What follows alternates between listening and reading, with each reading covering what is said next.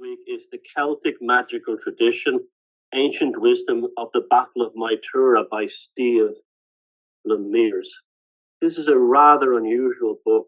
It was produced in 1992, written, and what he did was he did a kind of a chaos magic approach to the Irish mythological cycle in a similar way that there's been magical books published out of the Necronomicon or Lovecraft's mythos. The Steve Lemire done this with the actual story of the Battle of Mytura, the two of the defeat of the Fomorians, but did it in terms of a magical ritual. So it is also heavily influenced by the Bhagavad Gita of the Vedic tradition, and I think it was a groundbreaking work, and I think that's what he really did. He rediscovered that these were not just mythical stories, but also magical workings. So the book begins with things like a journey to the four cities over the sea, on a mystical, a ceremonial sense of the two of the Danon. You select your magical ritual for your magical weapon from the four weapons of the great treasures of Ireland, and then you proceed to go on a quest where you invoke the Dagda, you defeat the Fomorians, and you bring in all the other aspects of the Irish mythological cycle in relation, and have the Morrigan and everything else in there, to a magical ritual. It has all the exercises beginning right through the stages, very similar to kind of Golden Dawn thing, and also a bit like Simon's Necronomicon. But it's definitely, though it's dealing with an ancient mythology, it definitely came out of chaos magic, late 70s, 80s world. You can kind of feel that. I don't know if it did or not, but that's how it feels to me. And it's not an easy book to get. The Irish Times actually gave this a very, very favorable review, which is quite interesting. Well, back then in 92 in the real newspaper. But so that's the Irish magical tradition. The Irish Celtic magical tradition, ancient wisdom of the Battle of Mytura by Steve Lemires. And it's a hard one to get, but you'll pick them up now and again on eBay. I've had this one for years. I bought it in a bookshop. But it has all the steps of the magical rituals inside it, and different exercises and different works. And I'm honest with you, I haven't done the stuff in it, but I've read it and found it fascinating and novel and quite genius in many ways. And it's sort of like the classic thing that, like chaos magic, you can make a ritual out of anything, and this very much fits in that. So very, very a hard one to get, but if you can get it, you'll definitely like it. That's very, very interesting. Would you mind giving us an example of a couple of the exercises in there, just what the titles of them? I don't mean that you have to run through them. Yeah, well, it begins with, so it starts out with it goes over the legend of the Battle of Mytura, which is a battle where the two of the Danon and the Fomorians fought for the ownership of Ireland. And it starts off with a practical work, the preparation for battle. So going on a quest, a psychological, spiritual quest. Then you journey to Phalias, Gorias, Phineas, and Muras, the four cities of the two of the Danon, which is the Atlantean kind of mythology. You prepare your magical weapons. You prepare your working area. So we're really in the kind of Golden Dawn type of thing. And then you have exercises revolving around Celtic ancient Irish gods. Dagda, Ongme, Angus, the god of love, and so on. And then there's a basic ritual at the back, and then you have a kind of a tarot working at the back, and then a thing towards sovereignty. And then there's a very good afterword in the back. I'll just read a bit of the introduction. It is often assumed that by those starting on a magical and spiritual quest, that only Eastern and Oriental religions and philosophy provide accurate teachings and instructions concerning the correct way of living in harmony with oneself and one's environment. It is also commonly assumed that there is not and never has been a complementary Western or native system. This, however, is definitely not the case. It will be demonstrated in this book that there is an equally valid and viable Western tradition that meets and satisfies the physical, mental, and spiritual needs of the practitioner, as does any Oriental system. Sufficient information and guidance will be given throughout the book, which will enable the reader on completion to progress to what level he or she desires, either alone or as a member of a group practicing the native tradition. And there you go.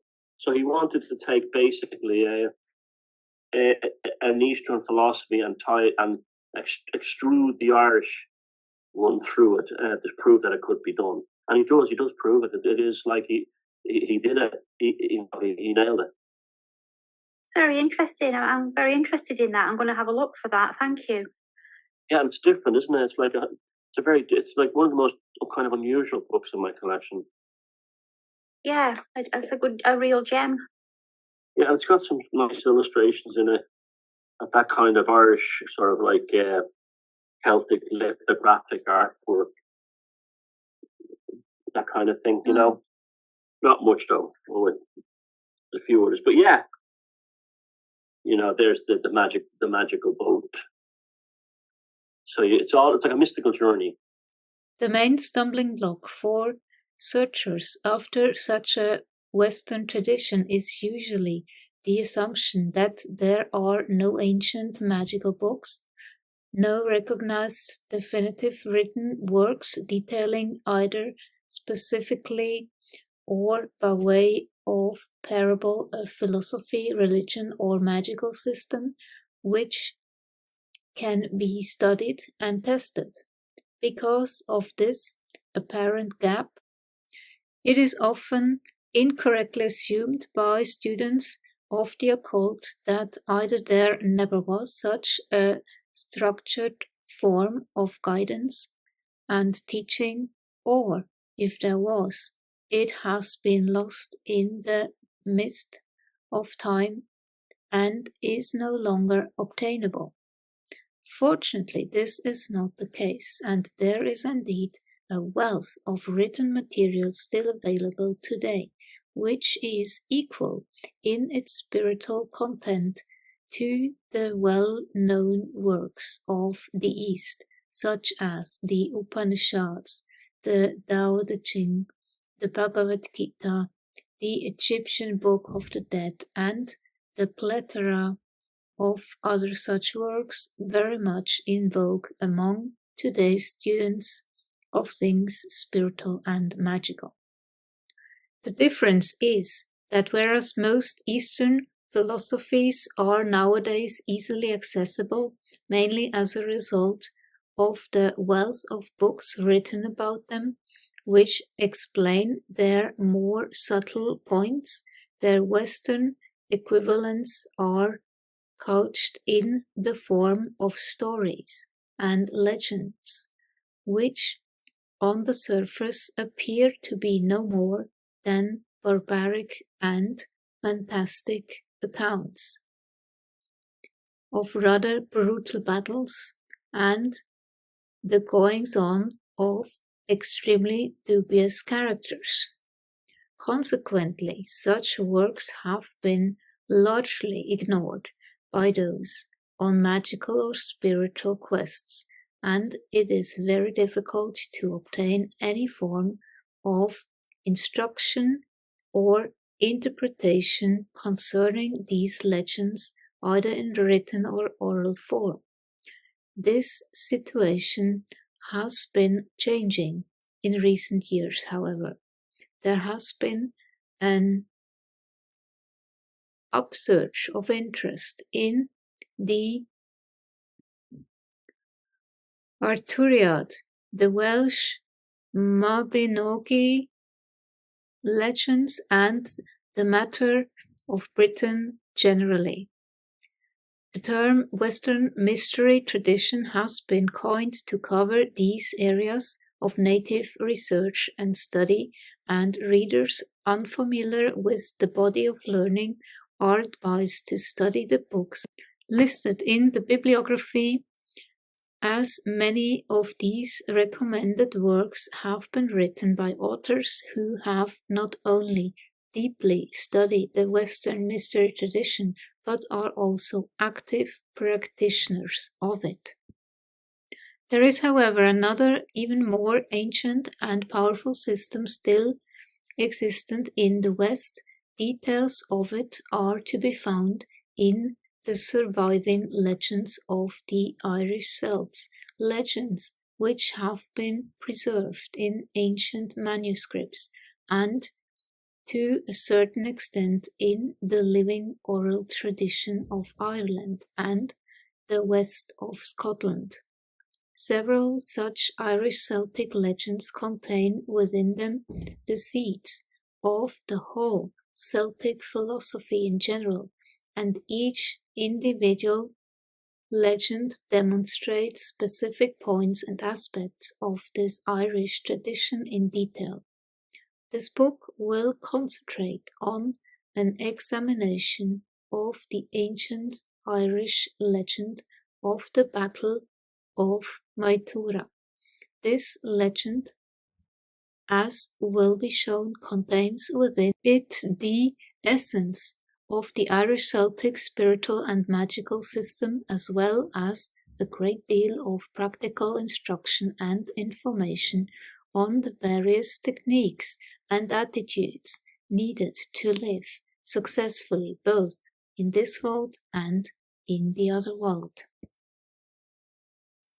In order to understand and appreciate fully the contents of this ancient Irish allegory, it is necessary to put aside temporarily one's modern way of thinking and outlook on life, and to adopt as far as possible the same way of Irish Celts who put this unique system together originally over 2,000 years ago.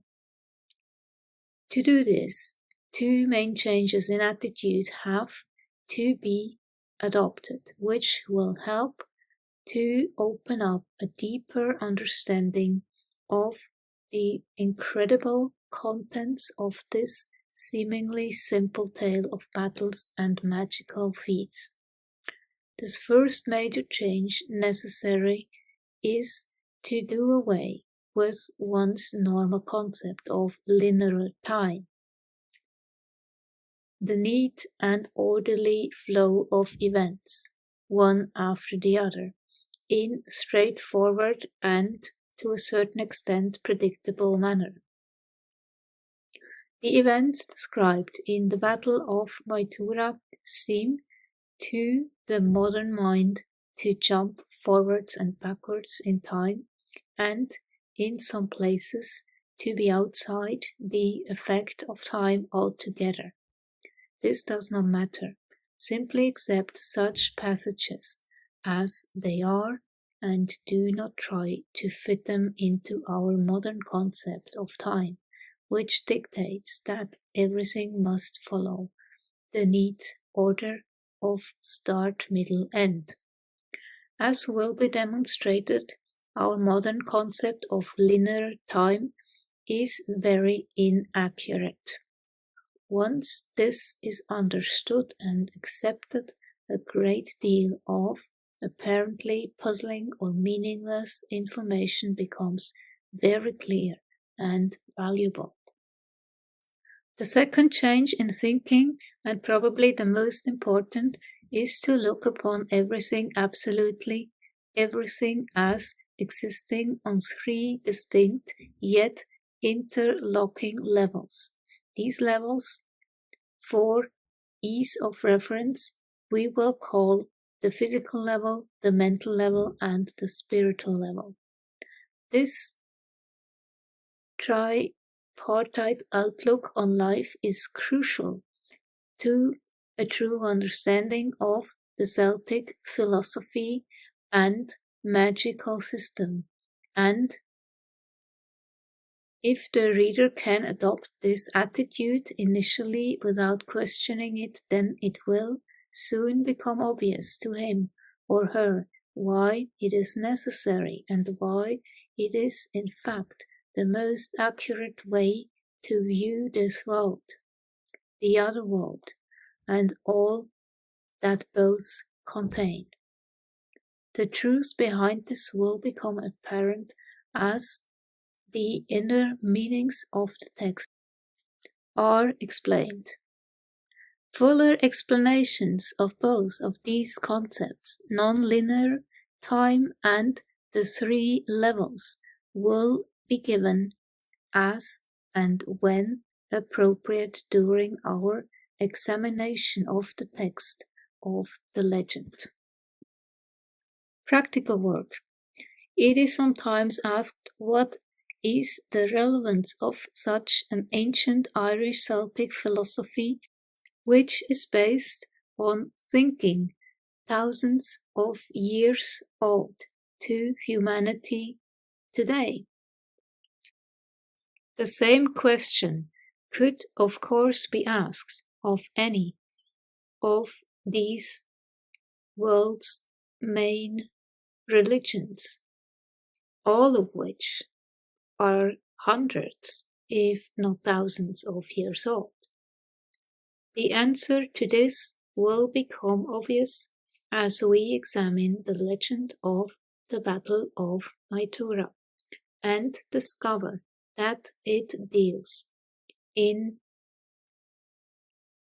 microcosm and macrocosm with concepts that are beyond time and are therefore just as relevant today as they were at any other stage of humanity's progression.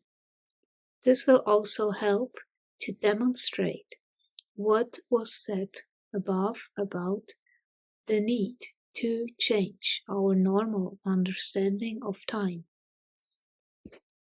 Each chapter of the book will end with a section entitled Practical Work, which, when combined with the text just read, will start to help the reader to understand this intricate and fulfilling system for him or herself.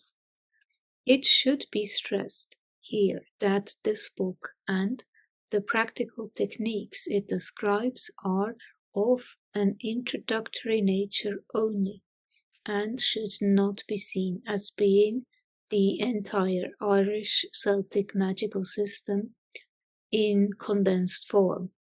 There are many books available giving very detailed instruction and guidance on magic generally, and one or two dealing with Celtic magic specifically, but unfortunately most of these books assume the reader to have at least some knowledge, if not personal practice and experience of magical and inner workings.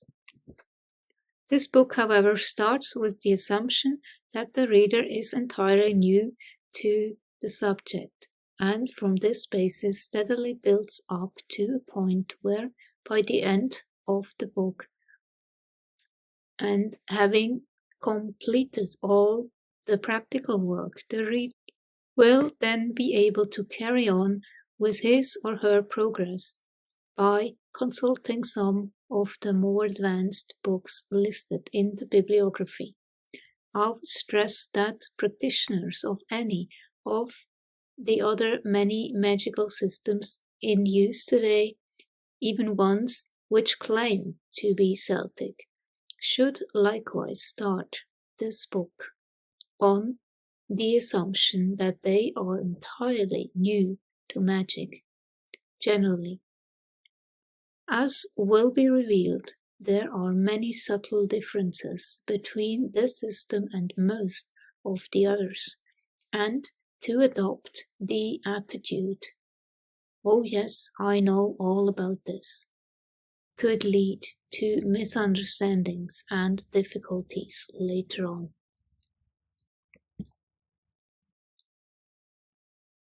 For those new to the inner workings described in the practical work, which can be classed under the generic term of path working, sometimes also called guided meditation, which is so popular today, there are a couple of important points to bear in mind if you are to make any real progress in this work.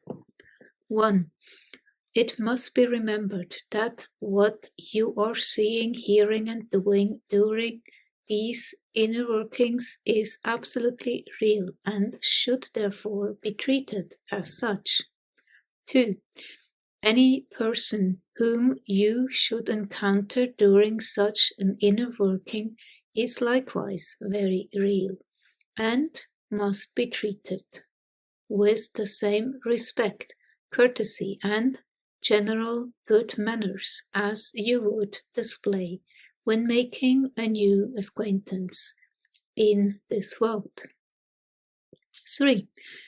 Because of the effect these inner workings will start to have on your inner self, it is not advisable to attempt the practical work if you are suffering from any form of physical or mental illness, even if such illness is being medically treated. Likewise, it is not advisable to attempt the practical work while under the influence of drugs or alcohol, and it is best not to have eaten for some 2 or 3 hours before beginning. 4. It is not necessary or indeed advisable to adopt any yoga-style postures while undertaking an inner working. The best position is simply to sit upright in a high-backed chair with your feet together on the ground and your hands resting gently in your lap. Your eyes can be open or closed depending on your personal preference, but wherever and whenever you perform the practical work, it is advisable to ensure that you will not be disturbed by such things as people entering the room or a phone ringing. 5. It is good practice to note down in a diary kept specifically for this purpose any realizations, sensations, feelings, encounters, etc. you had during the inner working. Once any such notes have been made, a hot drink and light snack is advisable to help completely close down the inner parts that have been stimulated by the inner working. If these simple guidelines are observed, and if the practical work is followed through in the order given in this book, then the reader should be sufficiently able by the time he or she has finished this book to carry on with further studies to whatever level he or she feels comfortable with, either through his or her own abilities by studying more advanced books or by contacting one of the better magical groups offering safe and graded training. One final point regarding the practical work.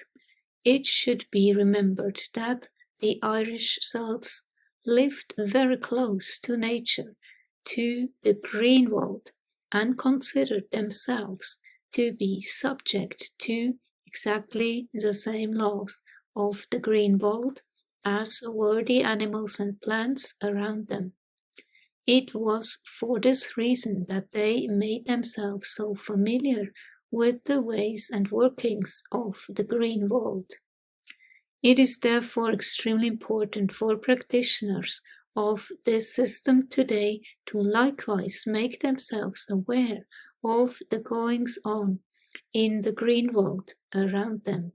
For those who live in rural settings, this should be fairly easy, but for those who live in the towns and cities, there is absolutely no substitute for making the effort to visit the countryside or seaside as often as possible, and in as many seasons and weather conditions as possible, not just on nice sunny summer days. This in itself is a very important part of the practical work and should be enjoyed as such. The book itself.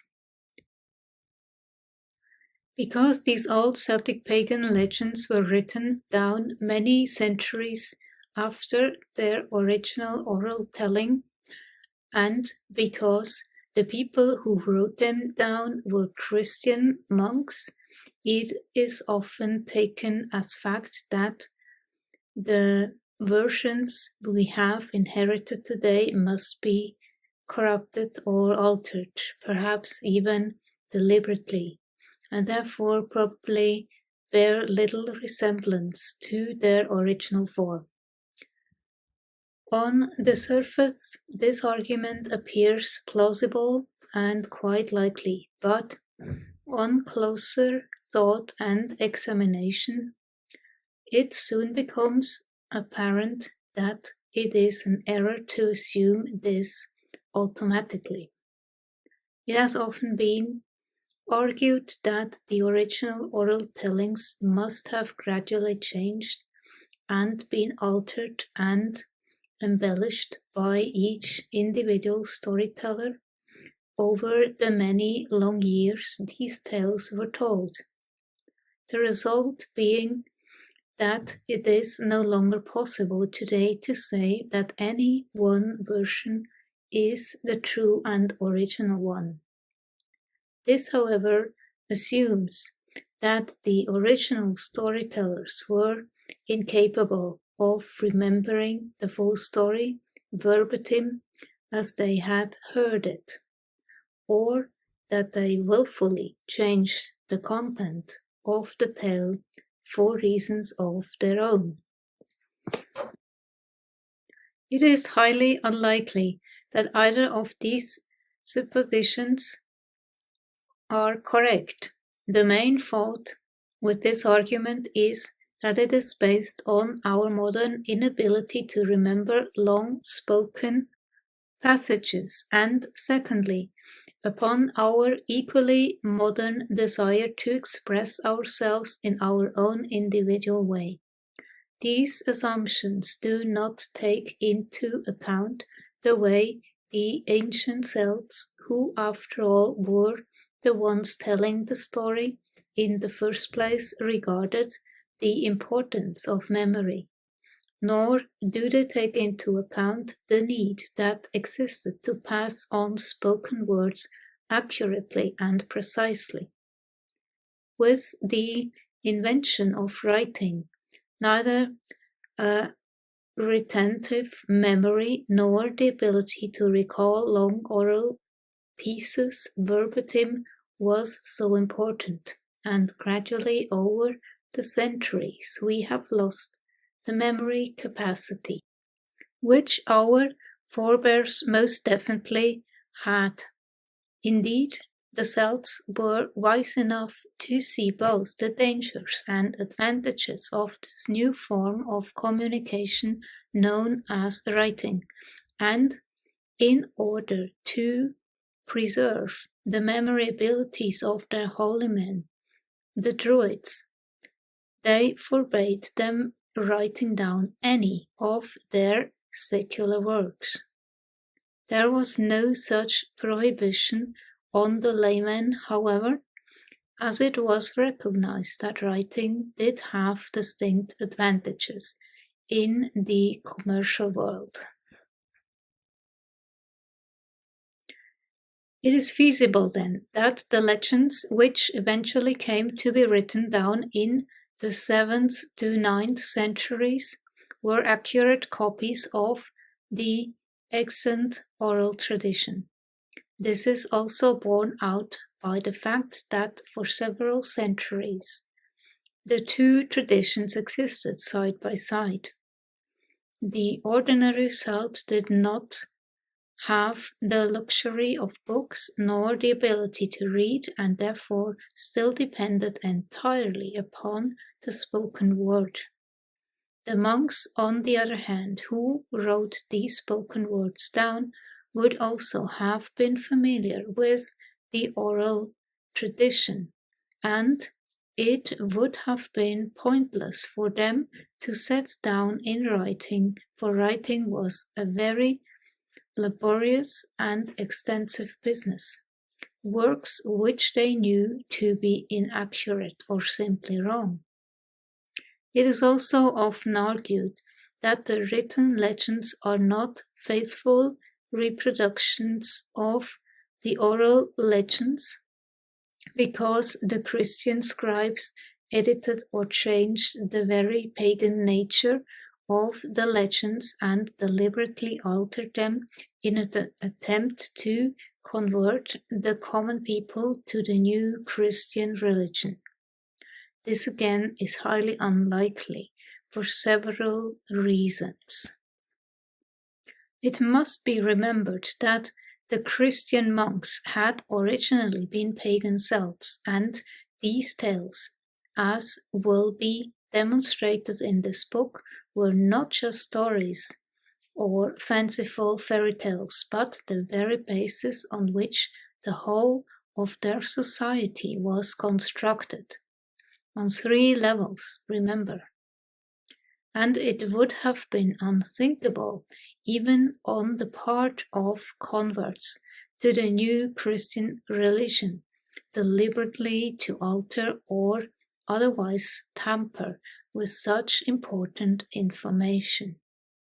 This fact can be seen by the way the Irish Catholic Church incorporated a very great deal of the existing pagan religious beliefs and practices into its own teachings, much to the annoyance and eventual fury of Rome.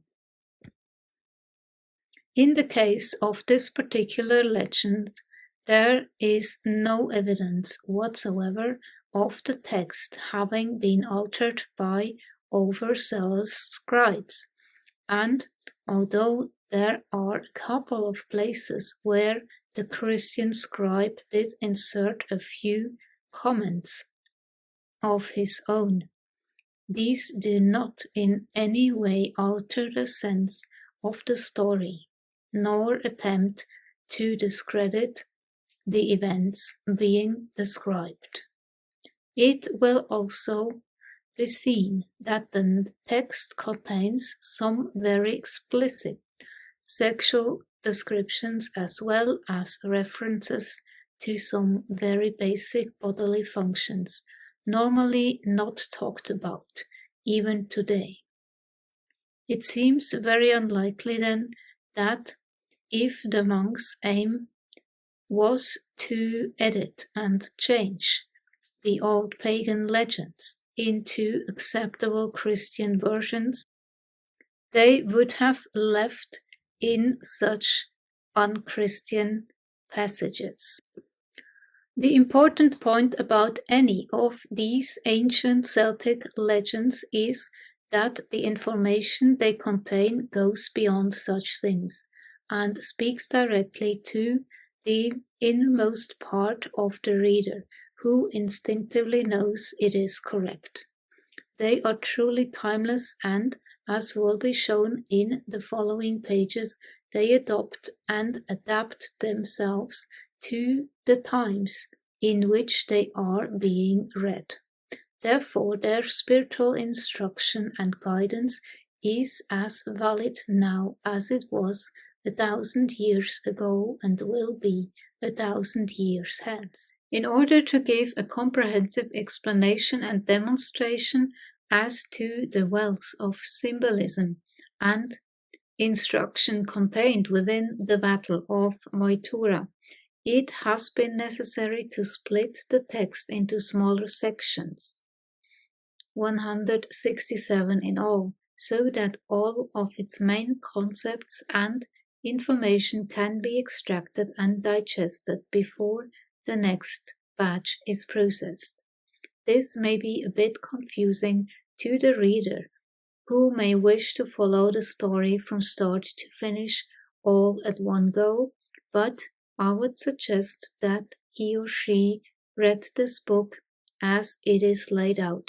It can then be read as a whole once the individual parts have been examined and understood. I have tried as much as possible to split the narrative into sections which are complete in themselves and which make sense if read in isolation, apart from the rest of the main story. There are, however, some passages which are so archaic and obscure that it is impossible even to attempt a guess as to what they originally symbolized. This, however, does not matter. Most of the narrative can still be read and understood perfectly. The uninterpretable passages do not affect the overall outcome of our dissection of the symbolism contained within the rest of the legend. These totally obscure passages, in an ironic way, do serve an important function, in that they demonstrate very clearly that the physical, mental, and spiritual needs of humanity have altered as our understanding of the world around us has changed. When the legend was originally told, these now obscure passages would have had an immediate relevance to the Celtic listener, and he or she would have been able to see and understand the symbolism and information which they contained. As our needs and understanding of life have altered through the centuries, so the information contained within parts of the legend has lost its relevance and is of no use to us today. This is a perfectly natural function and simply reflects what happens in the green world, the world of nature, when something has lost its relevance or its ability to adapt to changing circumstances. It is done away with or modified to suit the times. We call this evolution in the plant and animal world, and this same principle of evolution can be applied to the texts of the Celtic legends. Perhaps some of the major world religions would do well to pay heed to this important point and to accept that parts of their teachings are outdated and need to be allowed to evolve. Evolution brings life, stagnation brings death. Finally, I would like to add that the translation I have chosen to use for these two old manuscripts is the version available through the Irish Text Society, whose address is given in the bibliography, as this is the most complete and thorough translation I could find. I have kept to the same section numbering employed by the Irish Text Society, but it should be noted that the original manuscripts are not split into such neat sections. I have used the sections in this current examination simply to ease textual references and in order to split the text into easy-to-handle blocks. Chapter 1, Sections 1 to 6. My examination of the Battle of Moytura begins with the first 9 sections of the legend, which are probably the most important and contain within them the essence of the Celtic philosophical, religious, and magical belief. In this chapter, I will focus on the first 6 sections. Chapter 2 examines sections 7 to 9 more fully. 1.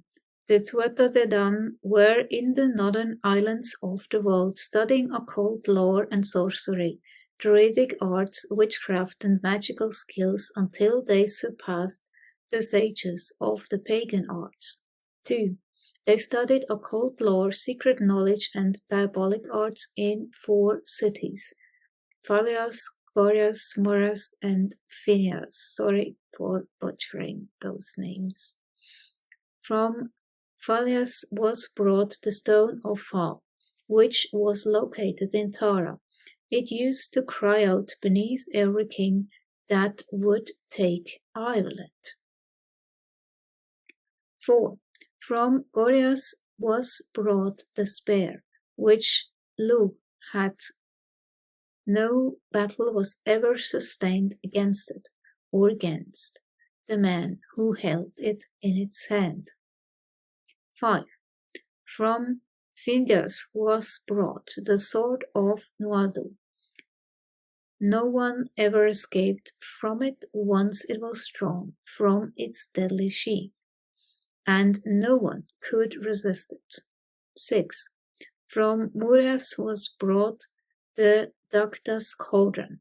No company ever went away from it unsatisfied. 7.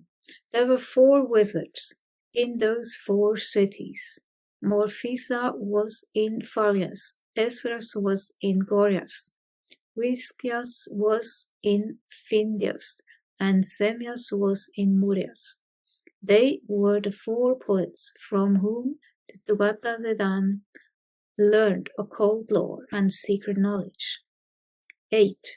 The Tuatha De Dan then made an alliance with the Fomor, and Balor, the grandson of Net, gave his daughter Edne to Sian, the son of Dian Zecht, and she bore the glorious child Lu. 9. The Tuatha De Dan came with a great fleet to Ireland to make it by force from the Firbog. Upon reaching the territory of Corsu, Belgatan, which is those names. I'm not Irish speaking, sorry. They at once burned their boats so that they would not think of fleeing to them. The smoke and the mist which came from the ships filled the land and the air which was near them. For that reason it has been thought they arrived in clouds of mist. To begin our examination of the symbolism contained within these first 9 sections, I would remind the reader of what I said in the introduction regarding a change of attitude concerning linear time and adopting the concept of the 3 levels. This opening to the legend is the closest we can get to the Celtic creation myths. All of the world's main religions and mythologies contain some sort of creation myth. The Christian concept of the 7 days of creation probably being the most familiar to Western readers, but there is no such clear-cut explanation of creation within the Celtic system. These first 9 sections of the Battle of Moytura are the closest we shall get to such an idea, as will be explained. It will be noted that there are 3 separate races of beings mentioned: the Tuatha De Dan, the Fomor, and the Firbog. These 3 races can be equated with the 3 levels in the following manner. 1. Tuatha De Dan, spiritual level. 2. Fomor, mental level. 3. Firbog, physical level. There are also 3 separate locations mentioned: the northern islands of the world, the 4 cities, and Ireland. These can also be equated with the 3 levels, thus: 1. Northern islands, spiritual level. 2. 4 cities, mental level. 3. Ireland, physical level. It is important to note at this point that these people and places are still all separate and have not yet united into the 3 levels in one which we have today, and therefore the concepts we are dealing with here exist on a macrocosmic level and therefore do not immediately apply to our own mundane level. All that has been described so far has occurred on the spiritual level. It is the beginning of creation which eventually will become the physical creation in which we exist today. Section 1. Section 1 introduces us to the race known as the Tuatha De Danann. This title is usually translated as the people of the goddess Danu, and it is the members of this race who are the major characters of the Celtic pantheon. Nearly all of the many hundreds of legends which make up the Irish mythological cycle center around the Tuatha De Danann and their interaction with our own human race.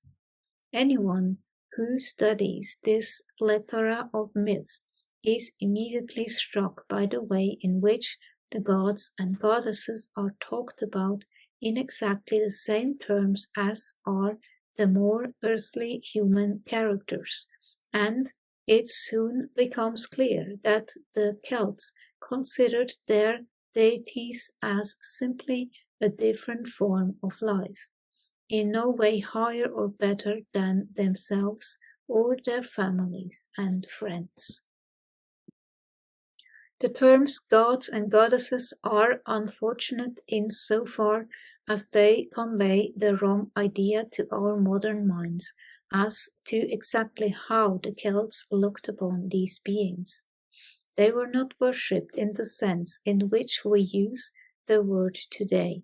They were certainly respected and admired, not because they were divine, but because they could do things which humans could not do. Similarly, a blacksmith would respect a carpenter because he could do things with wood which the smith could not.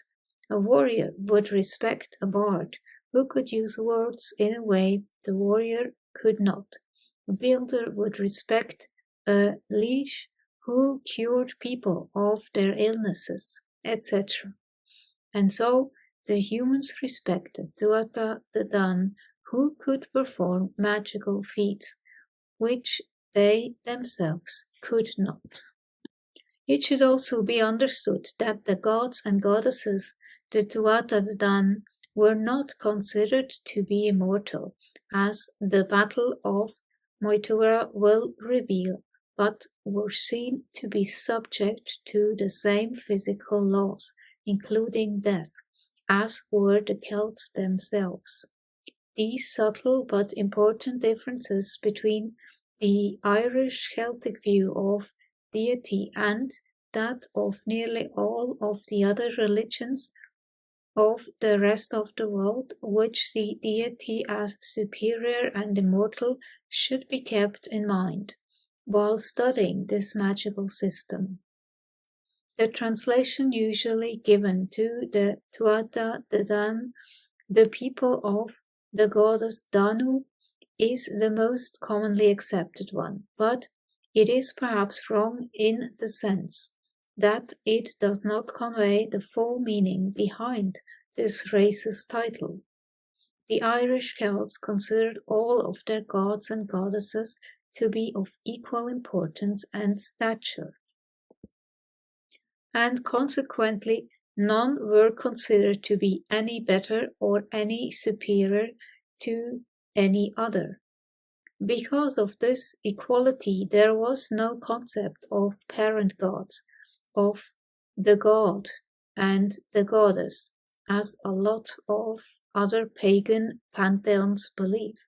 In fact, the goddess Danu is a goddess who is not mentioned very often in the Celtic pantheon, and it seems very odd that an entire race has been named after a goddess who seemed to play very little part in their activities, and ought to give her the status of a mother goddess when such concept was unknown and unused by the Irish Celts in the first place.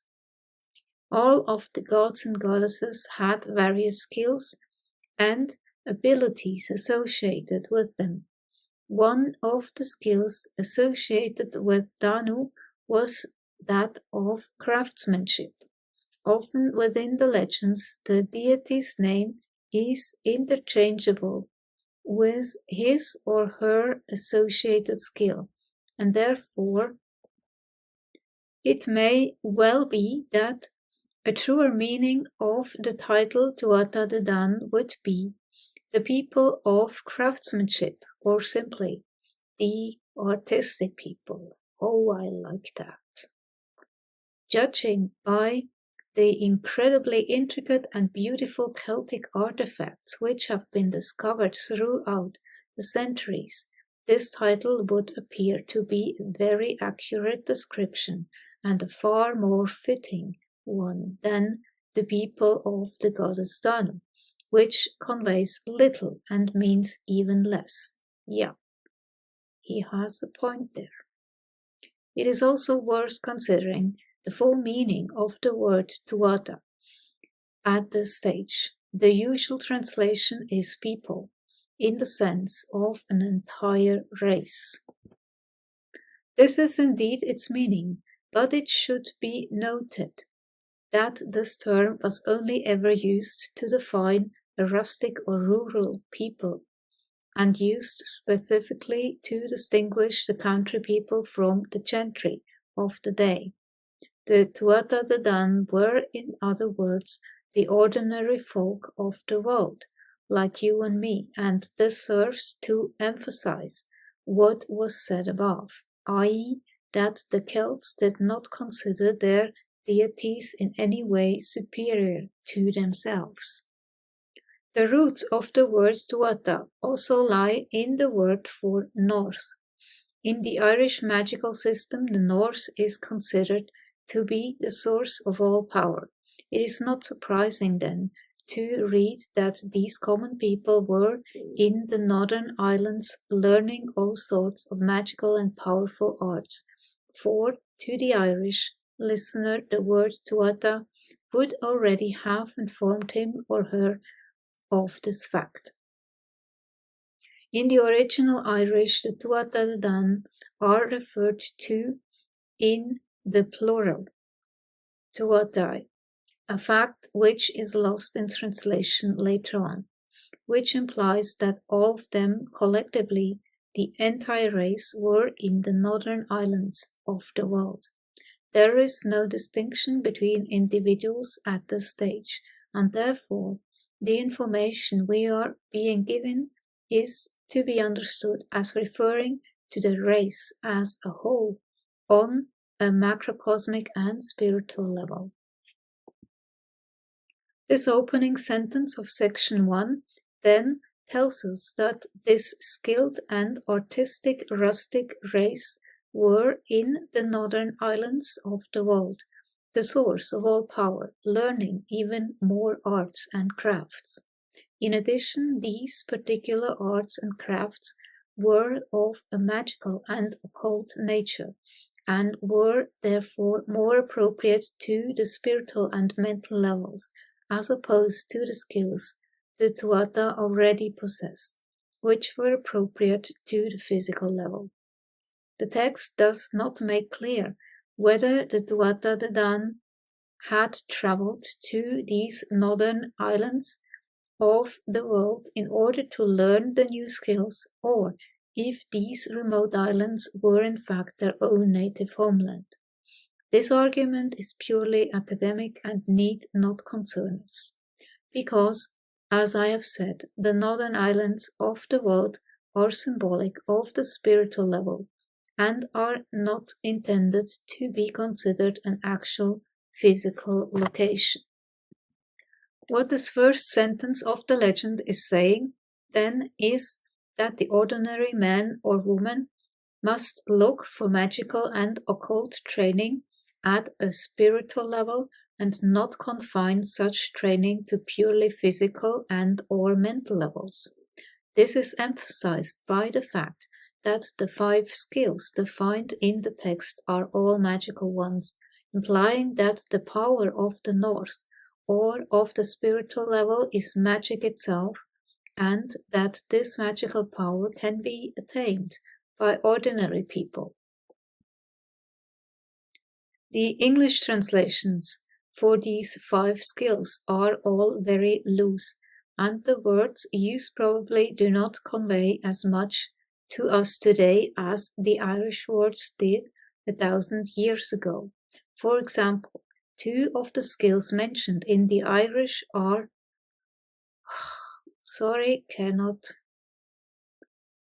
which have been translated as witchcraft and magical skills. The true meanings, though, are more subtle and are closer to concepts such as magical frenzy or spiritual trance or ecstasy. That makes more sense. This makes better sense when we consider that the Celts believed they could travel to the spiritual level, the northern islands of the world, as we have it in the text, by means of an inner journey in a semi-trance-like state, which could very well be described as a magical frenzy or spiritual ecstasy. Astral travel, so-called, out of body, possibly. Right from the beginning, with the very first sentence, the legend gives us useful information and instruction. The northern islands of the world, the spiritual level, are the source of the magical skills, energy of this world, and the Tuatha De Danann, ordinary man and woman, can go there by means of an inner journey to receive instruction in these arts. It must be noted, however, that at this stage all this energy is only potential. It takes a journey to the physical level, represented by Ireland in section 9, before the potential can be fulfilled and the energy used in a practical way, as in the incident of the burning of the boats. This hints at the fact that the spiritual level and the physical level are in some way interconnected, as is indeed the case. More will be said on this important concept as our examination of the symbolism of this legend continues. The last part of section 1 tells us that the Tuatha De Danann surpassed the sages of these magical arts. This tells us that any student of any subject, for remember, at this high spiritual level, diversification into individual categories has not yet taken place, is capable of becoming better than his or her own teacher. This learning ability must be performed on not only a mental level but a spiritual level as well. For, as we have been shown, it is the spiritual level that is the ultimate source of all knowledge and power. The mental learning capabilities are not enough in themselves, but must be tempered with spiritual understanding, a point which perhaps our great teaching institutions would do well to consider today. As the legend opens, here in section 1, everything is very vague and generalized, but at the same time all-encompassing. We are told that all of the Tuatha De Danann are in the Northern Islands, but we are not given names of any individual people or individual islands. These Northern Islands are also deliberately called the Northern Islands of the world, as opposed to the Northern Islands of some specific country or area. We are told that there are sages of the pagan arts there, but we are not told how many, what their names are, or exactly where they are. Everything is in fact in unity, in a great at oneness. In these deep spiritual realms, there is, however, the potential for differentiation and development, but they can only be achieved by a moving away from the purely spiritual to the more mental and ultimately the physical levels. This is what the next part of the narrative goes on to describe. Creation has begun. Section 2. Section 2 goes on to tell us that they, the original Irish, still refers to the Tuatha De Danann in the plural at this stage. Studied 3 magical arts in 4 specific locations. So, from the vague but all-encompassing information in Section 1, things are now being narrowed down and made more specific and detailed by the naming of 3 arts as opposed to the original 5 mentioned in Section 1, and by giving us the names of the 4 cities as opposed to the vague location of the northern islands of the world. It would seem then that the studying carried out under the sages of the pagan arts is beginning to pay off. The Tuatha De Danann are now becoming more aware of their exact surroundings and are in effect beginning to learn to differentiate and discriminate. Probably the 2 most important abilities of any would-be magician. 2 of the original 5 skills mentioned in Section 1 have disappeared, which either means that Tuatha De Danann have become so skilled they no longer require any further teaching in them, or that the 2 skills are not appropriate to this next stage of creation. The 2 skills which are no longer named are in fact the 2 I spoke of above, the divine trance ones, and it can therefore be argued that these particular skills are only appropriate to the highest of spiritual levels. To get to such high spiritual levels, however, the magician in the physical world must undergo exactly such a divine trance, while still in physical incarnation, which paradoxically we have just seen as a state appropriate only to the higher realms.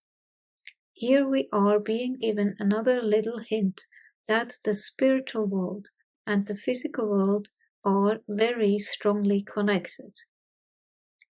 Do not try to understand this apparent contradiction just yet.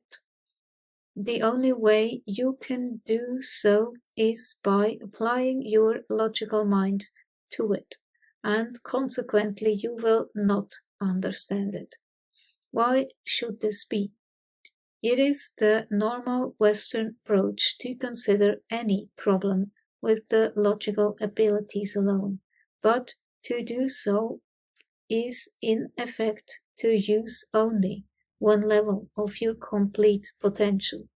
The other 2, the physical and the spiritual, are not being brought into examination of the subject at hand, and therefore you are denying 2/3 of your total potential.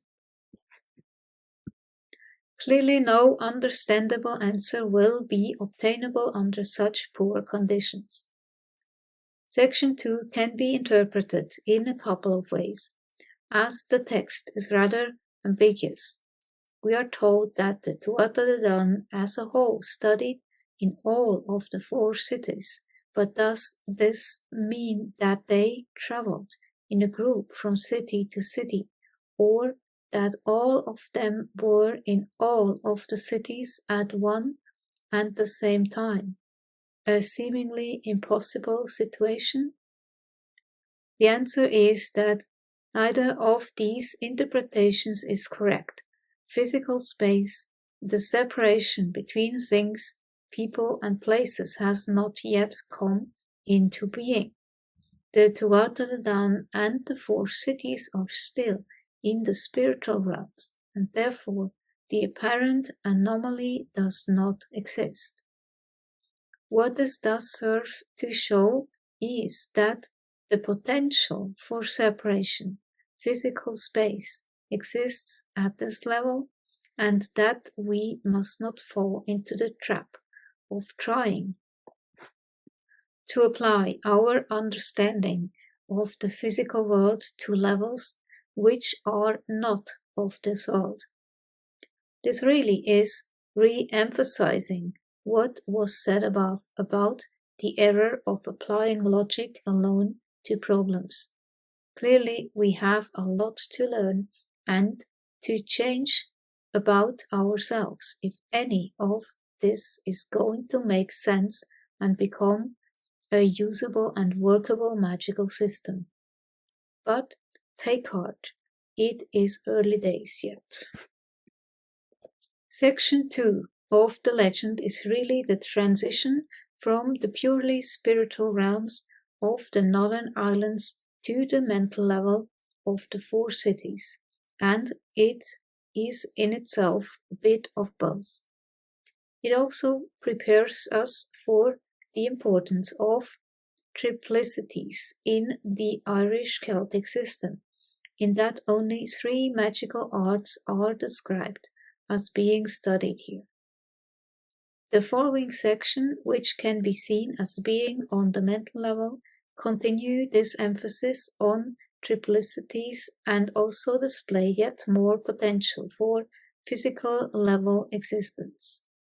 Each of the following sections names 3 specific things: a city, a treasure, and a member of the Tuatha De Danann.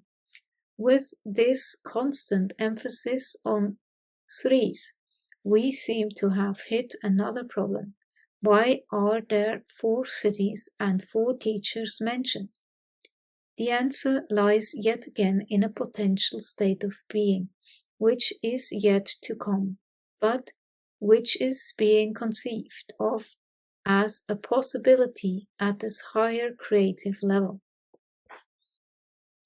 The potential this time is for physical level polarity, a state of which can only exist in the physical level due to that level's unique characteristics of space and separation between things. This will become more clear once we arrive with the Tuatha De Danann at that level. For the time being, it is worth taking a brief look at how the legend presents this concept of physical level polarity. If we look at the 4 cities as named in section 2, we see they are given in the order Valias, Corias, Murias, and Finjas.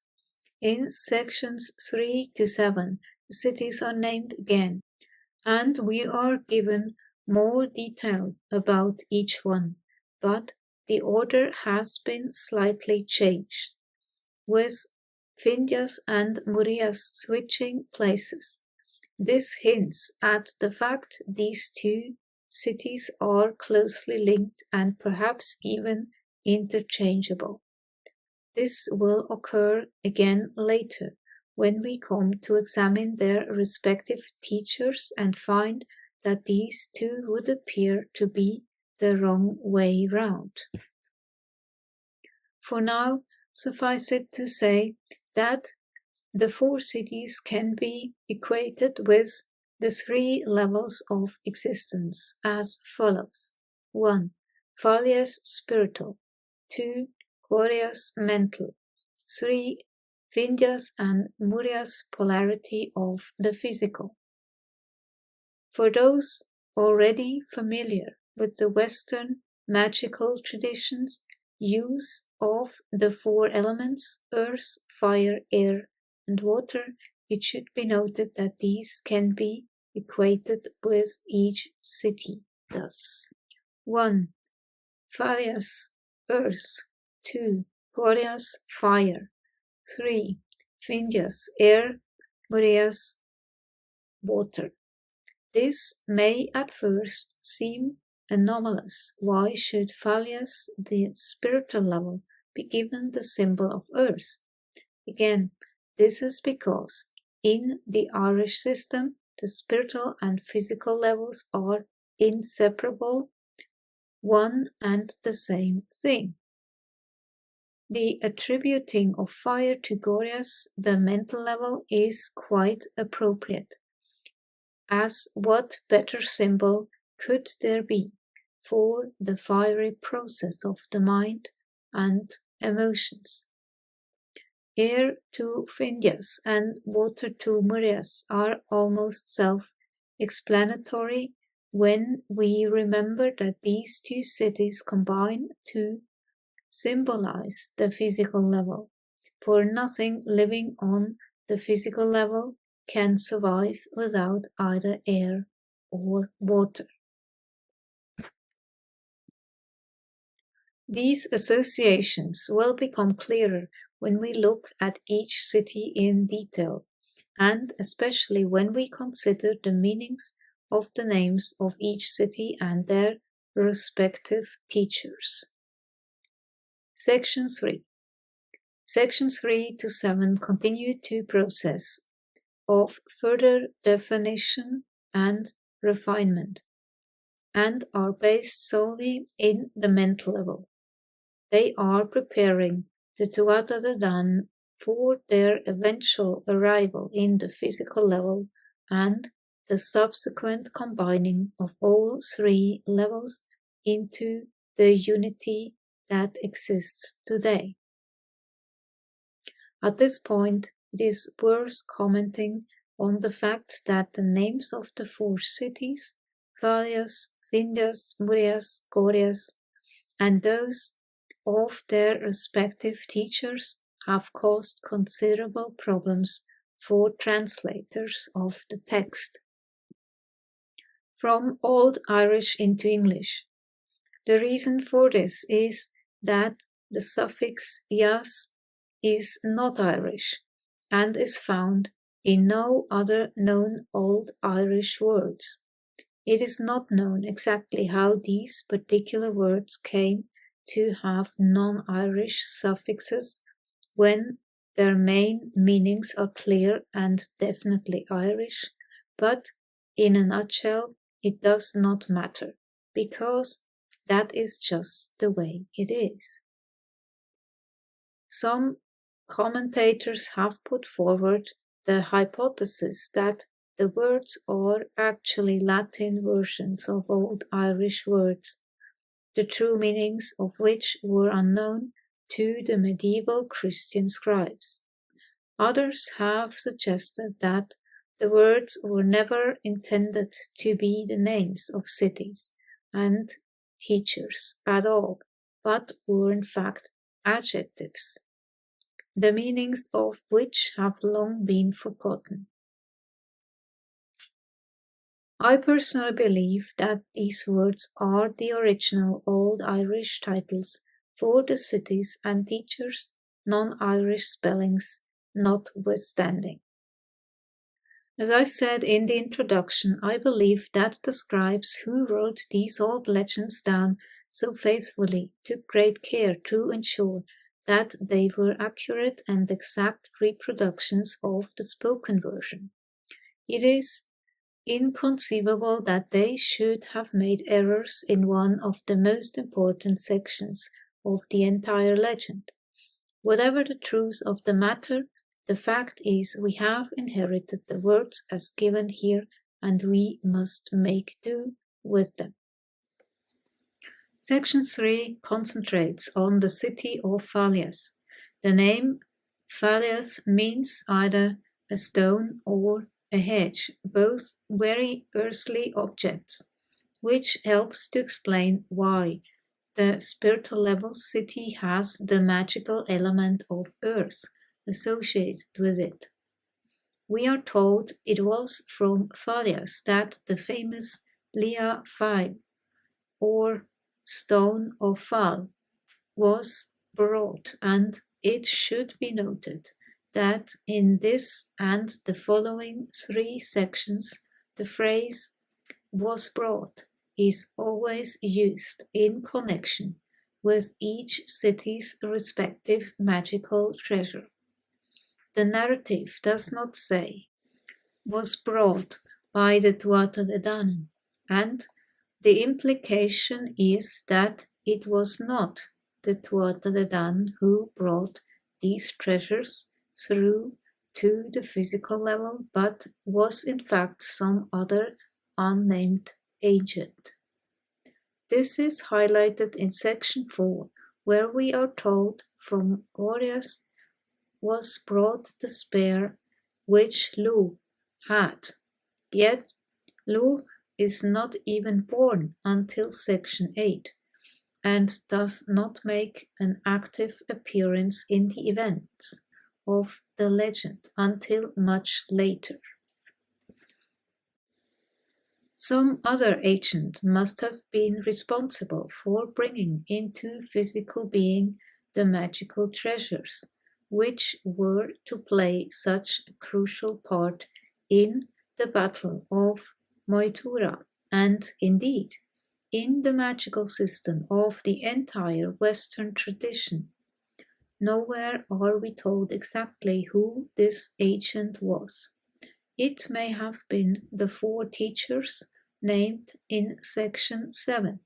It may have been the sages of the pagan arts mentioned in section 1. But whoever it was remains a mystery. Many pages could be spent speculating over the identity of this mysterious carrier of magical treasures. But in the end, it does not matter at all who actually carried out the deed. This was a once and for all action, and now it has been done. It need never be repeated. The legend refers to these objects as treasures, but they are more commonly referred to as weapons by present-day practitioners of the Western traditions.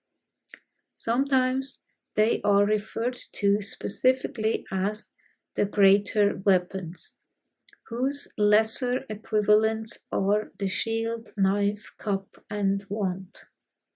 They are, however, a peculiar choice, considered the weapons in use by the Celts at the time this legend was put together. The most commonly used battle weapons were the sling and stone, the axe and the sword. These particular treasures are therefore clearly not intended to be battle weapons, as would have been well known and familiar to the ordinary Irish Celt, but are in fact the tools needed to control and manipulate the powers and energy of the spiritual level from which they emanate, that is, the force of magic.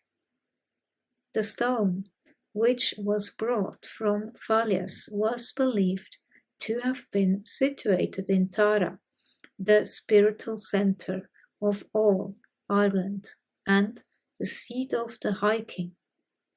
This High King was more than just the overlord of all Ireland, as he was held to be the physical level representative of the spiritual level of all of his people and of the very land itself.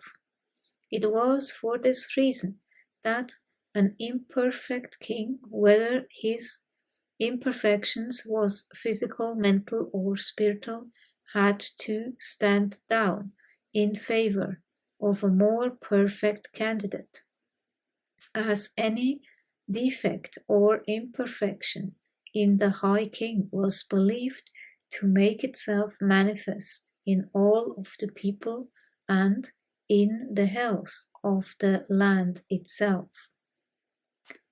Wow, well, that is very interesting when you think of modern day politicians. They are as imperfect as it can be. And we see the result in the world. Anyway, this is quite a common belief, and its parallel can be found in the Arturiad where the Fisher King is maimed and immediately the land falls waste. This point is demonstrated in the Battle of Moytura from section 11 onwards. It was therefore vital that the people's choice of High King, which was not a hereditary title as in our present British monarchy, was correct, and that no impostors or unsuitable candidates managed to sneak through. This meant all candidates underwent a lengthy and extensive testing as to their suitability, and the final and most important test of all was carried out by the Leofeil itself. All candidates had to stand upon this magical stone. Once the perfect candidate was found, the stone would cry out with a scream which could be heard throughout all Ireland. The word "feil" may be derived from the two words "fo" and "eil", which together mean under stone, a very apt description for this magical rock and its function. Students of the Arturiad will notice the parallel with the parable that only the rightful king will be able to pull the sword from the stone. When we consider that this physical stone was brought from Phalias, the spiritual level, we are again being shown that these two levels are interconnected and, in a sense, are one and the same. This also means that the final test undergone by applicants for the position of High King was a spiritual testing and was clearly the most important both for the applicant and for the people of Ireland as well. Such a test is one which by its very nature cannot be passed by cheats or frauds, nor even by sincere applicants who perhaps do not recognize their own shortcomings. This gives us another piece of practical information. We cannot deceive our own spiritual level, intentionally or otherwise, yet once it recognizes true spiritual worth, it will make this known on all the other levels. To use a stone as a symbol for the physical level is clearly appropriate, but it is equally appropriate for the spiritual level. Stone is permanent, durable, and unchanging. It is there all the time, staring us in the face, and most people look upon it as worthless and simply take it for granted. All apt descriptions for the spiritual level, at least by today's standards. We can sum up the symbolism contained in section 3 by saying that it is an examination of the spiritual level and consequently of the physical level. The spiritual level is the source of all else and contains within it the potential for the other levels of being. The information regarding that Leofeil gives us clues as to how to contact this spiritual level while we are still in our physical incarnation, and highlights the need to strive for perfection on all three levels. We can all take on the status of the High King during our magical workings, but In so doing, we must be prepared likewise to accept the responsibilities of the high kingship, which may include the need to abdicate in favor of a worthier claimant. Section 4. Section 4 gives us the information we need about Gorias, which, as we now know, is the mental level. The word Gorias means fire. The treasure appointed to this level, despair, is a very apt symbol for both the mental level and the element of fire. Physical fire is best harnessed by means of a long rod or pole. And what is a spear if not such a long rod or pole? The Celts favored ash as the wood for their spears, and these were hardened in a fire before use. Ash also burns very well, whether old or green. On the mental level, we sometimes describe thoughts as being far-reaching or straight to the point, both appropriate descriptions of the function of a spear when used correctly. We are told that this spear was the spear which Lu had.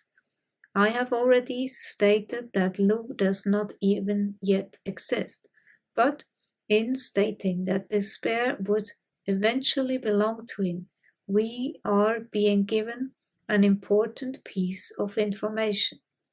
The spear, which at this stage exists only on the mental level, is destined to be used by a physical level being who has not yet been born. The fact that this is stated so clearly and definitely means that it is on the mental level that physical level existence first manifests in a tangible form. The mental level, as we know, emanates from the spiritual level. What we are really being told here is that any magical work must first be started on the spiritual level. The magician must then shift his or her consciousness to the mental level, and it is there that he or she should then create that which he or she hopes to make real in the physical level. This is the essence of all magical work. These same stages must be gone through in this order, no matter how large or small the work in hand. Lu, who will eventually own the spear of Gorias, is a very important character for several reasons. He is the first person to be named in the legend, an important point in itself. He is the first person to be associated with one of the treasures of the Tuatha De Danann. The stone of fall was associated with a place, Tara, as opposed to a specific person. He is half Tuatha De Danann and half Fomor, and he is the first person to be born into the physical level.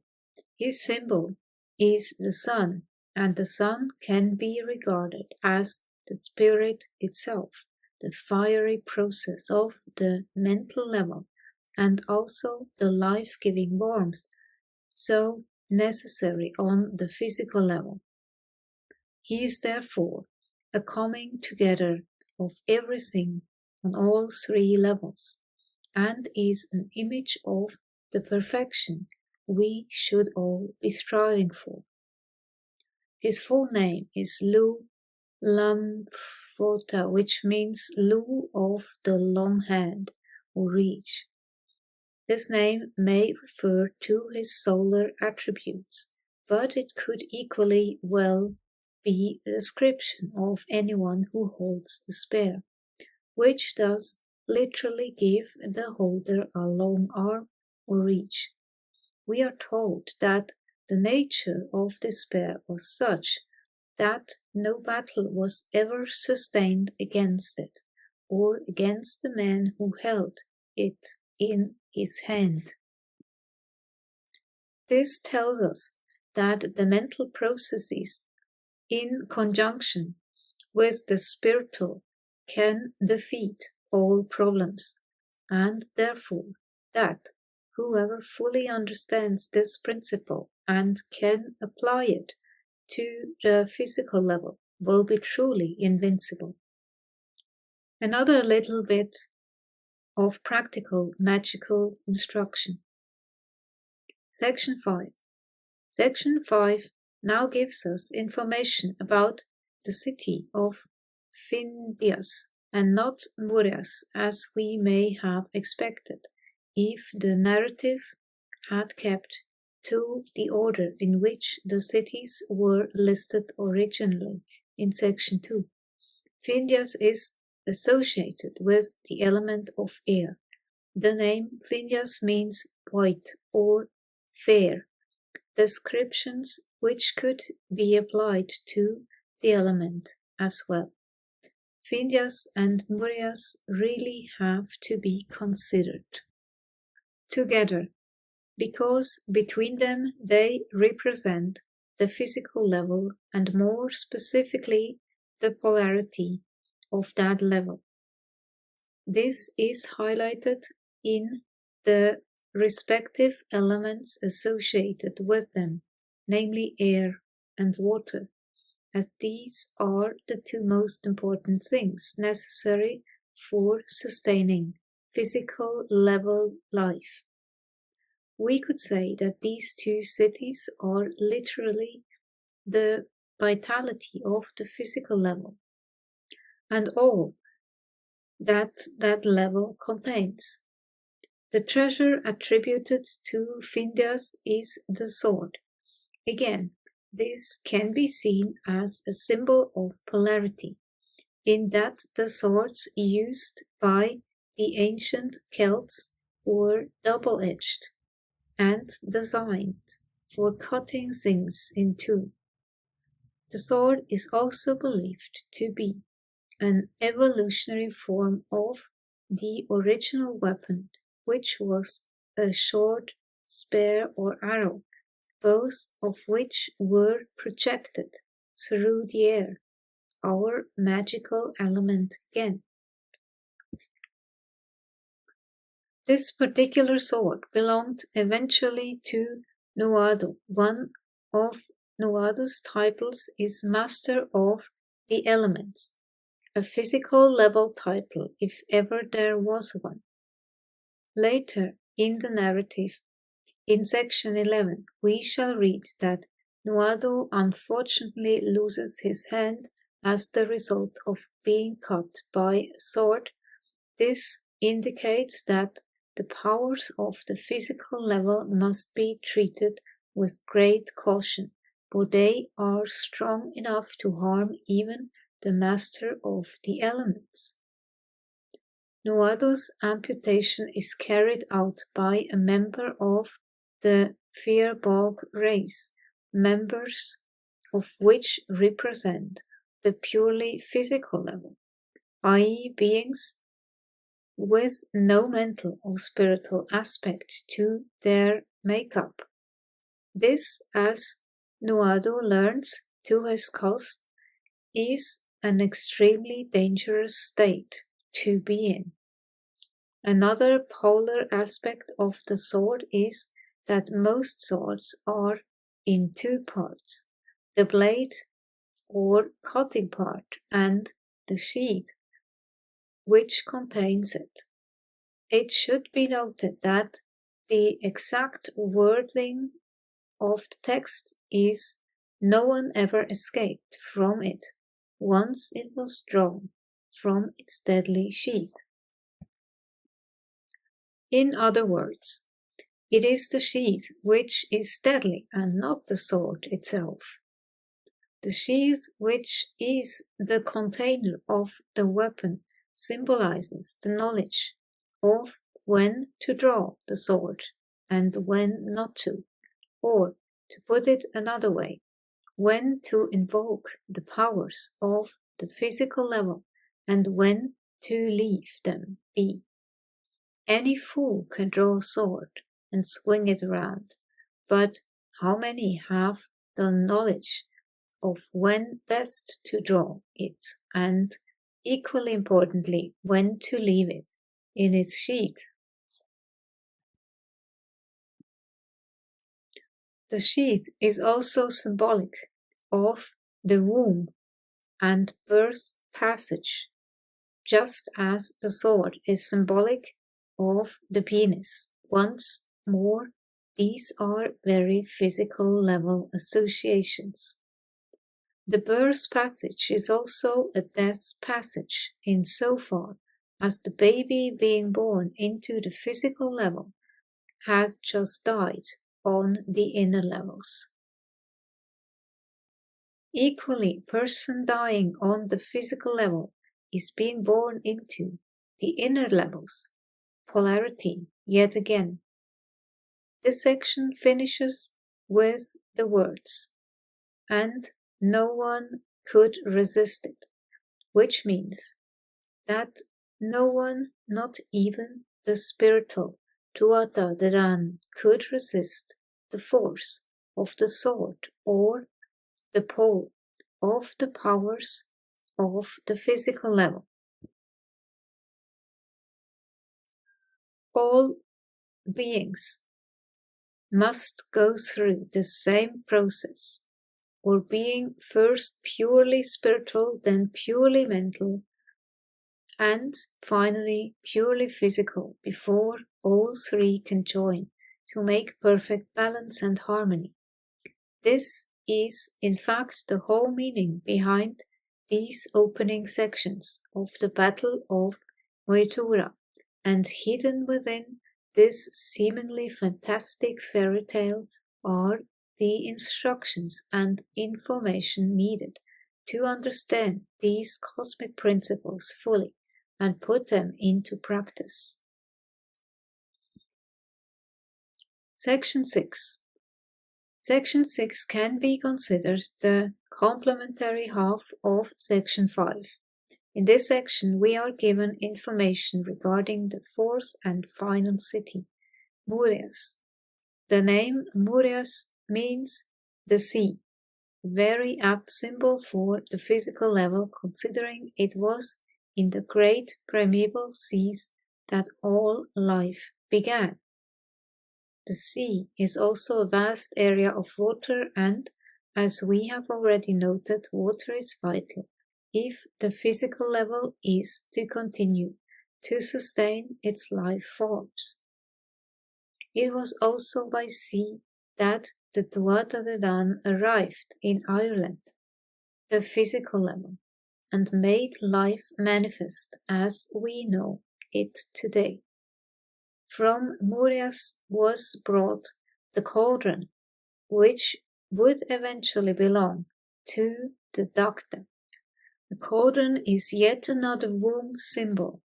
It is also a water container, and both symbols help to demonstrate the links between Murias and Phineas and the way in which they combine to represent the physical level and polarity within that level. Cauldrons were also communal cooking pots, and this implies the ordering of society and the sharing of the good things of this world. The Dagda, which means the good God, is a very earthy type of being despite his divinity. Later in the text we shall read of his great sexual capabilities and his enormous capacity for eating and passing bodily waste, all very physical level functions. The narrative tells us that no company ever went away from it unsatisfied. This could be interpreted on a purely physical level to mean that everyone who ate from the doctor's cauldron was physically satisfied, or it could be taken to mean that nobody ever leaves this world without having gained at least some experience or satisfaction, which will help and benefit him or her in the other world. These first 6 sections of the Battle of Moytura have given us an enormous amount of information about the structure and nature of the 3 levels and how they interrelate with each other, how progress is made from one level to another, where teaching may be obtained, and symbols necessary for the otherworld journey, as well as about the physical level in which we have most of our day-to-day awareness, and lastly about the nature of magic. These opening sections have dealt with all of the above topics on a grand macrocosmic level. The rest of the legend goes on to further expand upon these topics, but on a microcosmic scale, demonstrating clearly how these important cosmic principles can be understood and put into effect in this physical level by those who take the time and effort to learn and understand them. I would suggest that you read these opening sections again if there is any doubt in your mind as to the full meaning before you go on to read and digest the following sections. Practical work. Preparation. By way of preparation for the actual practical work of this book, I would suggest that you spend some time thoroughly familiarizing yourself with the basic concept of the 3 levels and also with the important notion of time running in a different fashion from the normally held view of so-called linear time. To do this, spend the next week or so carefully studying the way the 3 levels can be seen to manifest all around and within you, no matter where you are or what you are doing. Start by doing this first thing in the morning when you wake, even before you arise. Consciously realize that you have awoken not just mentally, but physically and spiritually as well.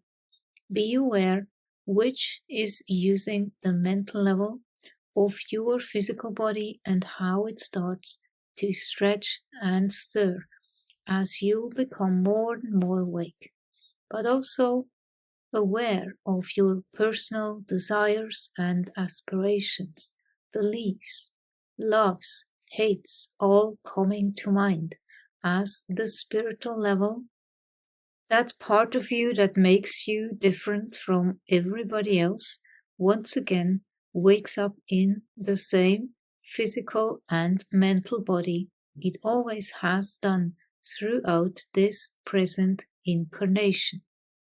When you go to work, school, or play for the day, be aware of how all these 3 levels are constantly shifting and changing emphasis from the physical when you are doing physical things to the mental when you are engaged in thought or perhaps expressing deep emotions, and finally be aware of that part of you which has most likely been very much neglected in your life so far, the spiritual aspect.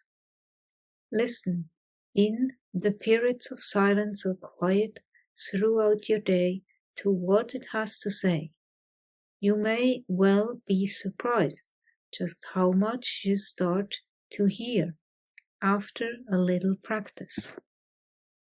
Finally, on retiring for the night, as you lie and wait for sleep, review the events of the day, whether good, bad, or indifferent, and try to decide which level was most dominant at each stage of your day and see if you can determine why.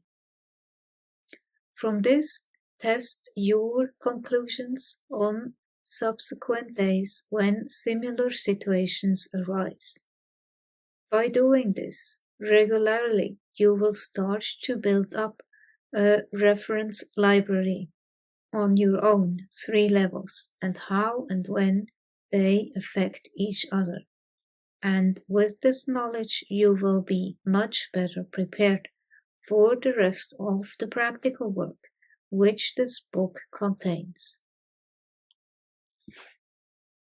Just as important is the ability to extend your view of time and how time runs and behaves. For the moment, all you need to do is realize that each event of each day throughout the whole of your life has repercussions, not only for you, but for every other thing in this world and in the other world. These repercussions will also return to you eventually, although in slightly different form, and this can be best symbolized by seeing the passage of time as a spiral which eventually comes back to the same place it began, but occupies a different level.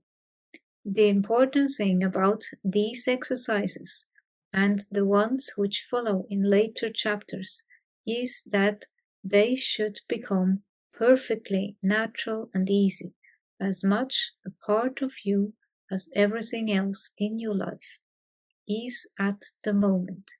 You should never need to strain over them, and they should become such a habit that they will eventually be a permanent part of your physical, mental, and spiritual makeup.